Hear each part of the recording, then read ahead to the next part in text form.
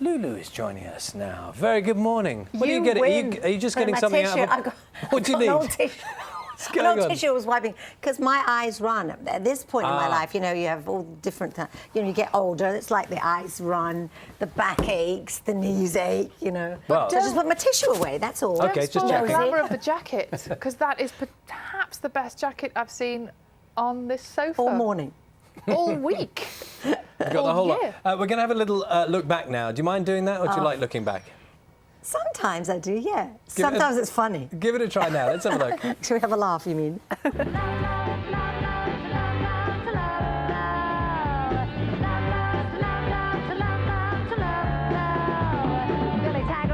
Little tiger Sue and the keeper loves the lady who is dead. Majesty the king loves the majesty the queen of blues hung up on a red. Bang, boom, bang, bang, loud in my ear. Pounding away, won't you be mine? Boom, bang, bang, bang all the time. Such a lovely feeling. Free like my fire. Free like my fire. Desire.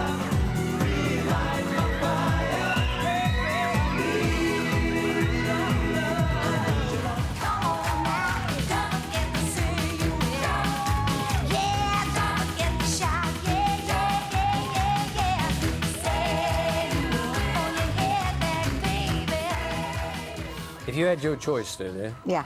would you have any of that shown? Two of them I wouldn't have shown, but it's fine. It's okay. There's so much, I suppose, when you're as old as I am. You know, there's things like, I would have shown a bit of the Commonwealth Games because... Yes. But I don't suppose maybe you most can't recently. do that. Well, that was the most recent. Because that's why I would show it. Or maybe I'd show, I don't know, maybe a little bit from... Well, look, you Your asked, wish. and we can deliver. Here it is. Here you go. Oh, you're not moving or singing. That was the moment. It was great fun. Pretty special for you. Yeah, it was great fun, and I mean, it is the most recent thing, so that's why I would do that. Yeah, and particularly special for you because held in Glasgow, of course. Yeah, of course. I'm born and bred in Glasgow, and when you get to this point in life, you know, you kind of tend to look back a lot. You know, I don't watch film of myself all the time, but you do, and it was kind of a nice return at a very special moment. What was it like going back? Did you recognise Glasgow? Because we were up there too, and I go there a lot. I do go a lot.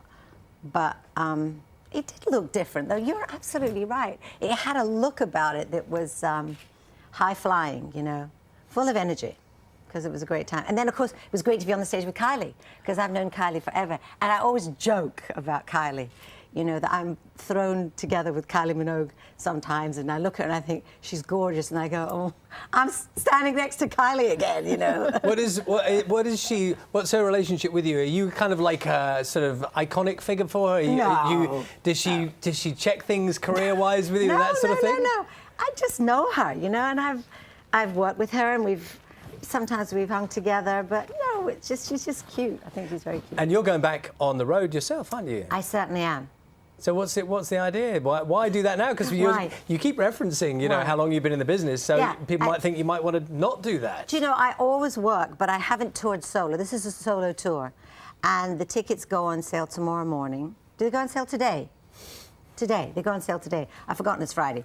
They go on sale today. What happened was I was doing a blues club in New York last year, BB King's, and at that point, everyone was saying, are you going to go on tour? Are you going to go on tour? And I don't know why, it just clicked. It was a great night, and I think I thought, let's do it. And I've been in the studio working with some really cool musicians, young guys, and the songs have just been pouring out. So last year we decided, okay, we got a tour, so it takes over a year to organise something like that. So you know? Is the music different now? You know, it's funny, the music is... I was thinking about going back to my roots to Glasgow. I started there loving only American music. British music was rubbish to me until the Beatles. But then, of course, I was influenced by the same kind of music they were too. You know, black American music. And that's the music that I feel has always been... For instance, Boom Bang a Bang wasn't black American music. But we're not mentioning that, are we? Yeah. So I went on to sort of do so many different things in my career that right now I've condensed it into that sort of stuff. And really today, if you think about it, Jessie J, Bruno Mars, Pharrell Williams. It's all about that kind of music that I was influenced by, the Beatles were influenced by. That's the kind of thing influences my singing. People say I've got a soulful rock and roll voice. And I think that's probably a good description. People often talk about their voices changing over time. And so do you think your voice has got different... It's definitely richer, it's deeper. I mean, I can still sing... That sounds like a good thing. It's not a bad thing. Yeah. I can still do it, you know. I can still sing, and I feel blessed that I can. And then I mean, going to a gig, I just want to go to a gig and come out and say, what a great night. Oh, that was a great night. So that's what this tour is all about. And I feel blessed to be able to still do it. But talking about your voice, we saw the clip of you with Take That Then. There aren't many women who could have sung that part, are there? Did that change things for you again? Well, going on tour with those boys, they were so huge. I had been out of the record business for 8 years. I recorded an album, and the song was a big hit. Then I go on tour with them, and then I do a record with them, and it's #1. That whole thing was, it was a really fantastic boost for my career, and it was just great fun. I had the best fun. Do you remember when the first, I don't know, how did it come out? Was there a phone call and someone said, Lulu, how'd you fancy? Yes. And it was like, are you kidding? You mean those little boys? I was 40, I think, at the time. And, yeah, but of course, they said, why don't we try the song? You know it's an old song from the 70s, Dan Hartman. And I said, I know the song. Let's try it. And the rest is history, really. Now, I feel a bit sensitive now about what you like to see and what you don't like to see. We've got a clip of you... Oh, no, more stuff. Yeah, come on. Well, we've got a clip of you with Neil Diamond now. Oh. Is that OK? This has got to be good. I haven't seen it. All right.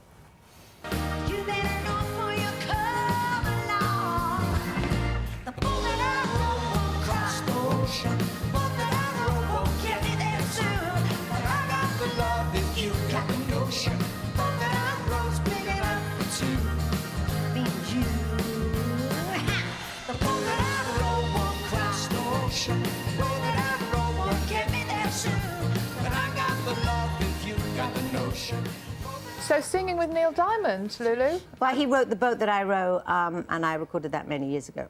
And I think Charlie has something in common with you there. Yes, I did once sing with Neil Diamond as well. But I don't want to watch the film of you. Do we have to do that? For goodness sake, it's early in the morning. Yeah, we won't see that. So talk about people you've worked with. I mean, where does he sit on the sort of great people you've worked with? Well, I've worked with a lot of them. I mean, I have had, I've had an amazing career, really. As I say, I'm one of the lucky people. I suppose Elton John, McCartney, Sting.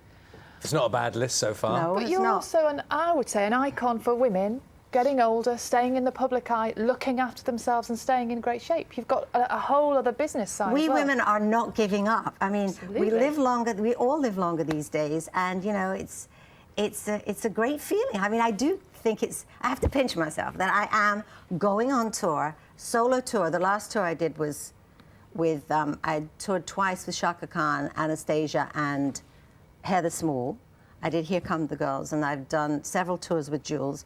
But this is the first tour, and you're right. I'll be 66 when I go on tour, and I'm like fired up and ready to go. You know, I'm only going to do it if it's fun. You know, and I love what I do. I've always loved to sing.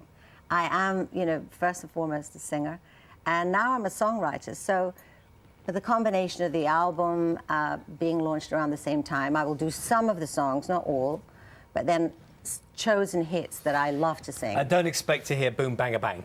No, you won't. Can't believe you mentioned that again. Sorry.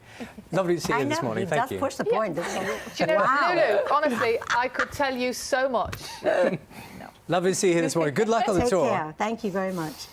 We also have the chef, Tom Kerridge, here this morning. We're going to be talking to him in just a moment. He's great. He's brilliant. Brilliant. I love his book. Oh, he's just brilliant. What would you have him cook if he chooses a dish? Anything Tom Kerridge would cook for me would be fine. OK, there we Should go. we go I mean, if to I his could get pub? into his restaurant, that is. OK, we'll Not see if we can easy. fix it up Not for you. easy. We'll have a word. First, let's have a quick last look at what's happening where you are.